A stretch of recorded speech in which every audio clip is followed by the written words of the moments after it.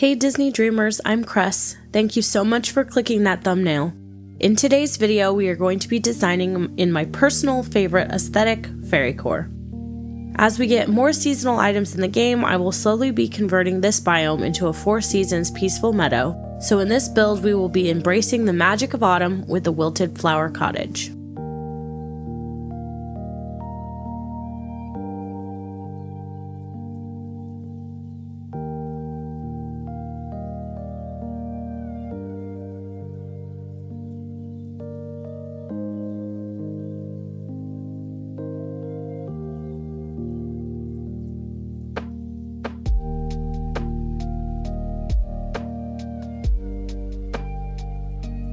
Whether you're here to enjoy a cozy build with relaxing lo-fi music or you're here for inspo, please consider subscribing so you don't miss out on more Touch of Magic designs, speed builds, and walkthroughs. Thank you so much to those of you who have already subscribed. We're going to start off this build with placing all the trees at the back first.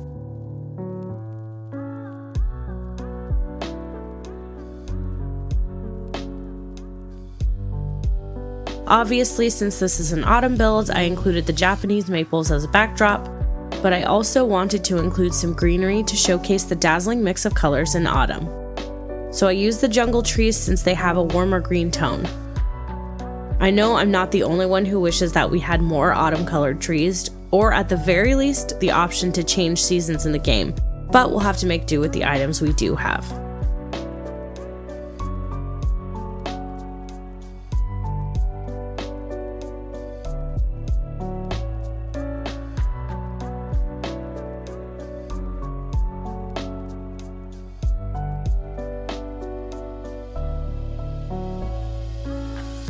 This sand fountain is a craftable item from the Eternity Isle expansion pass. It's such a gorgeous item to use in fairycore builds because it looks like a pixie dust fountain. I actually got the idea to use this from Tanny Games. I will link her channel in the description. She's so talented and so creative, be sure to subscribe to her channel. Since the desert elements on this fountain don't quite fit with the meadow aesthetic, I added some bushes, grass, and a small tree to disguise them and make the fountain blend with the rest of the build.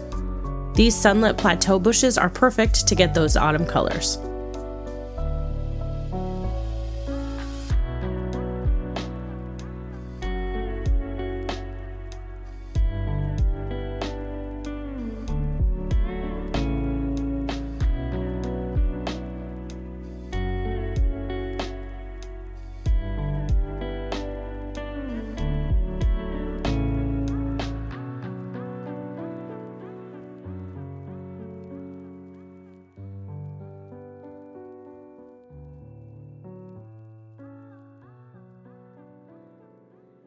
Now for the path.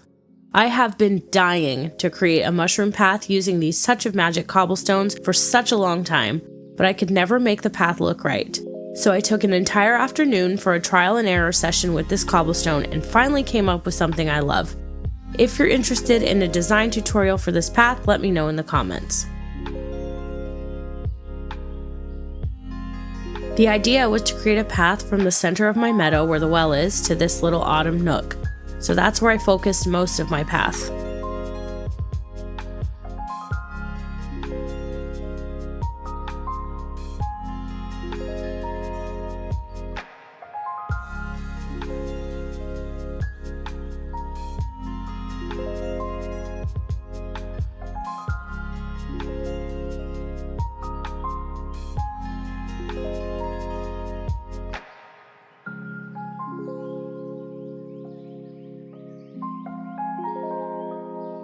I used these Japanese maples to frame out the entrance.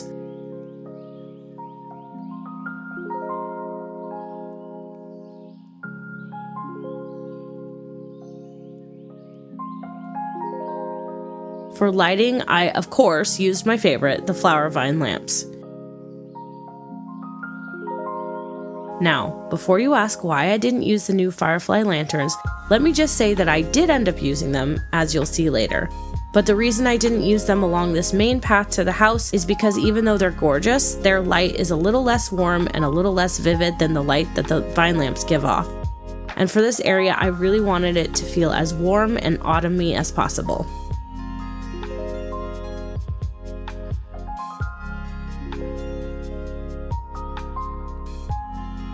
Next, I started filling in the area along both sides of the path with foliage.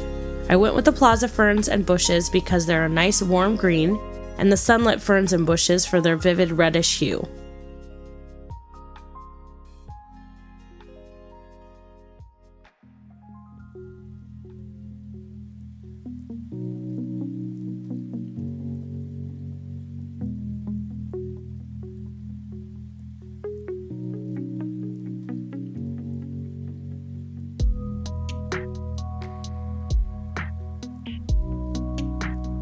For the most part, I stuck to oranges, yellows, and reds for this build, but I did include the butterfly flowers for a pop of color, which complements the little bits of lavender on the house itself.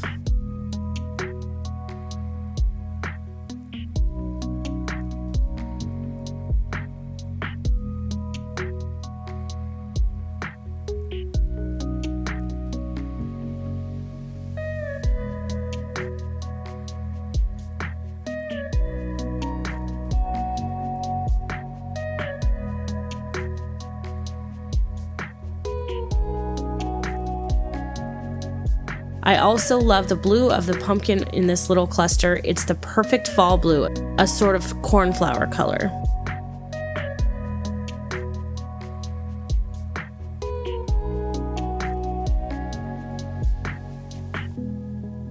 In my opinion, you can never have too much lighting, so I added these Monsters Inc. lamps along the path because they just feel like the embodiment of fairycore.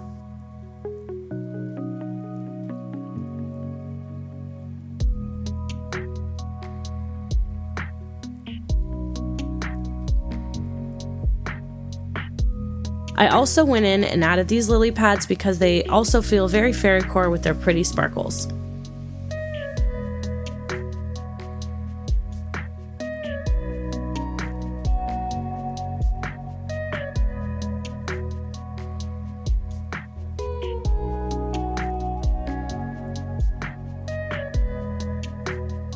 Finally, to complement the butterfly flowers and the wilted flowers on the house, I added the glowing mushies to make it extra magical.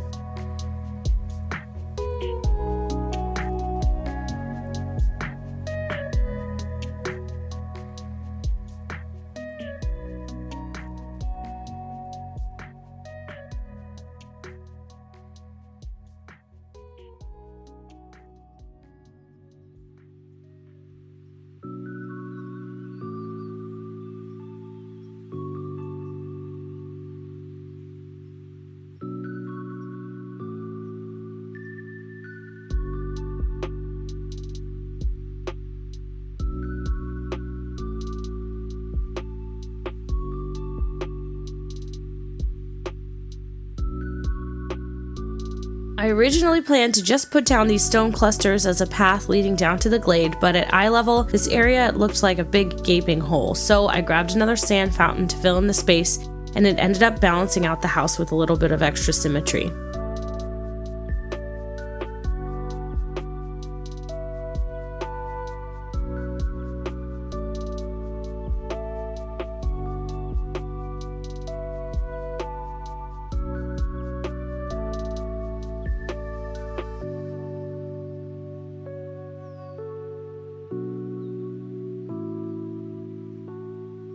So this happened a couple of times while I was building. I went to search for an item and it didn't show up in my inventory, but when I went to hover over the item already placed in my valley, it showed that I had another one in my inventory. A frustrating glitch, but thankfully not too hard to work around. Has anyone else had this glitch?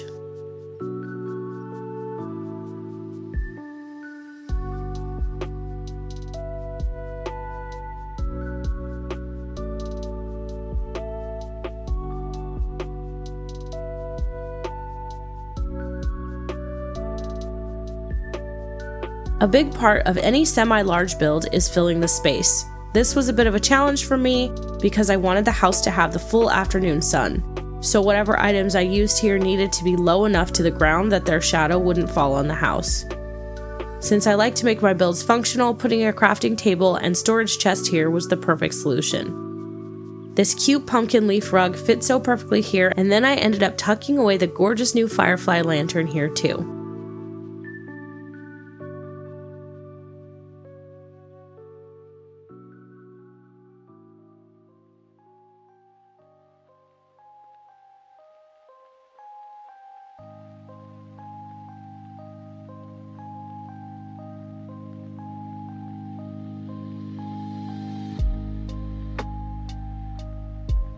For the front part of this build, I started off by creating a cozy little area to relax using the craftable swing chair item and of course tons of books.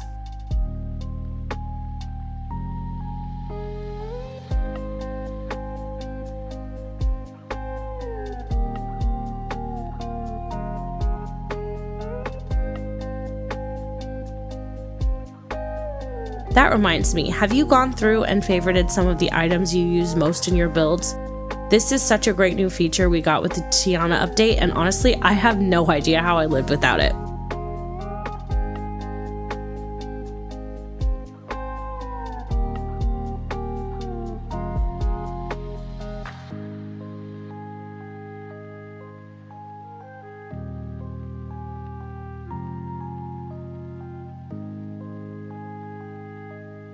Next, I use this beautiful air bed from the Belle's Starlight bundle.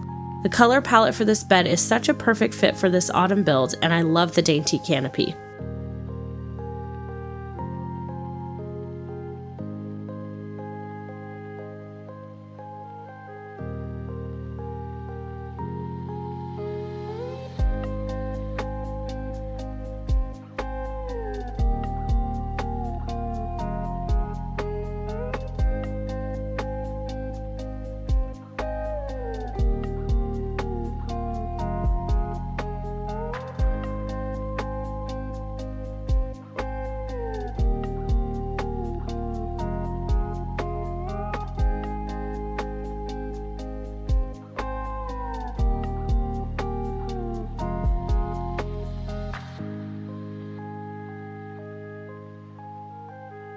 I wanted to create a mini pumpkin patch over on this side of the pond.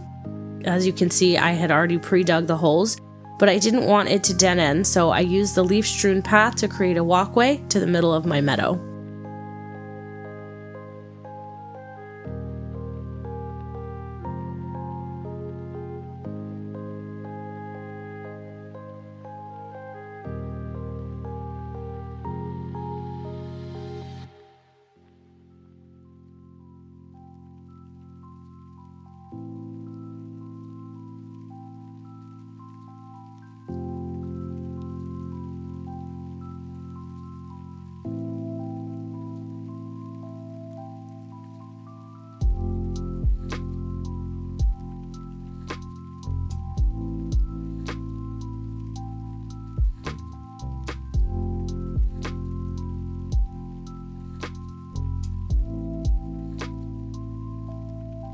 I framed out this path with foliage and again used these firefly lanterns to light this path.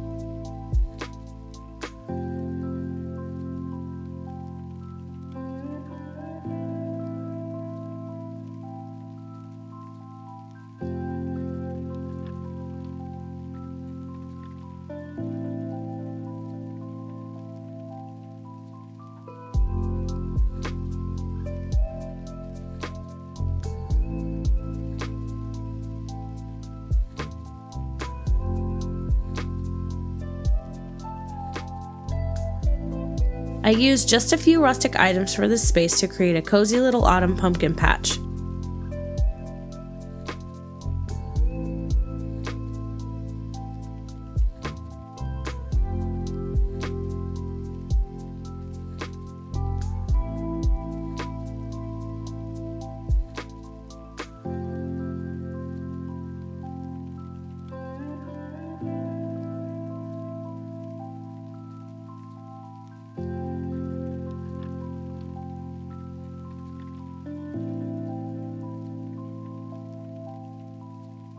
The Cinderella items are such a perfect fit because, as I said, they're that pretty cornflower blue, which works so well with the pompous jug, the barrels, and the other rustic items.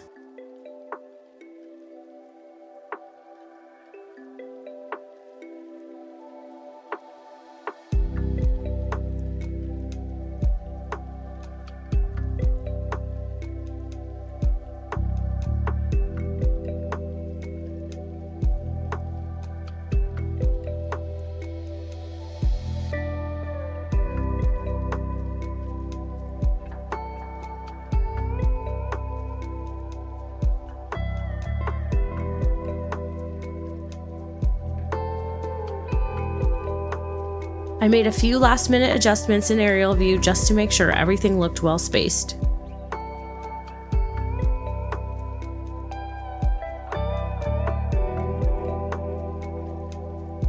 The last little bit to decorate was the pond.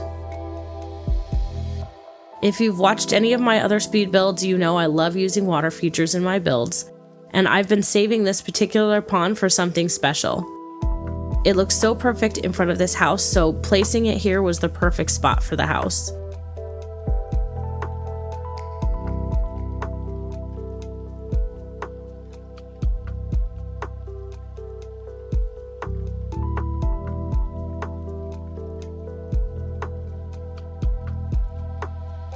I already had these glade lily pads in here, but I added more and spread them out a bit before adding the Tiana lily pads and finally the swan boat.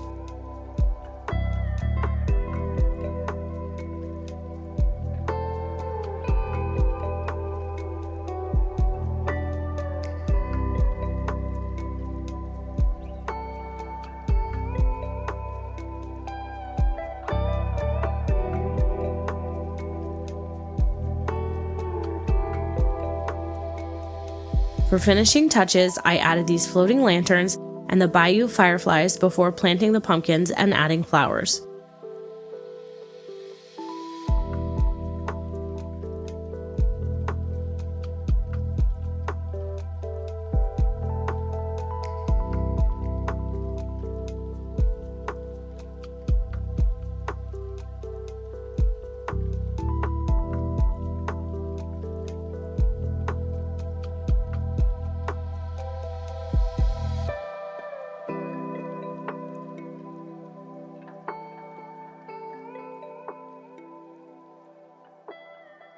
For this build, I thought about using a variety of different flowers, but in the end, the sunflowers just seemed to be the perfect choice to capture the whimsy of autumn.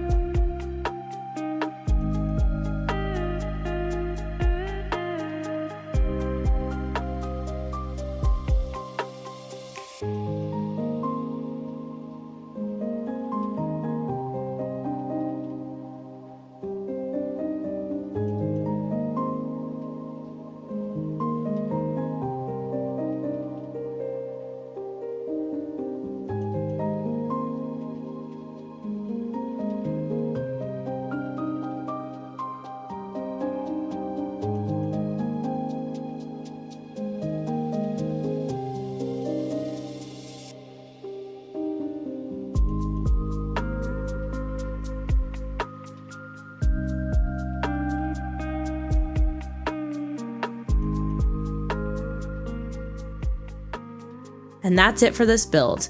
Now I'll take you on a golden hour tour with the new flying feature because, well, why not?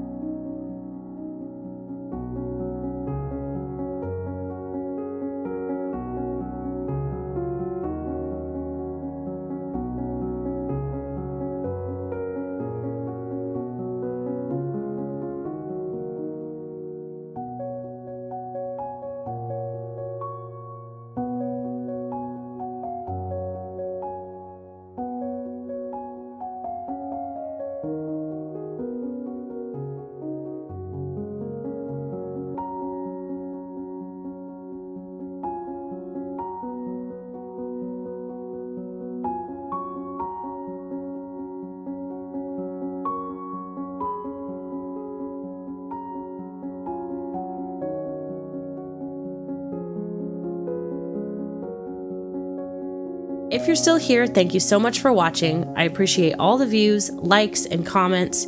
You are all so wonderful and so supportive, and I'm grateful that you enjoy my videos. Every one of your kind interactions has helped my small channel grow so much in the last few months. If you've enjoyed this video and haven't subscribed yet, please consider clicking that subscribe button. Thanks friends, I'll see you in the next video.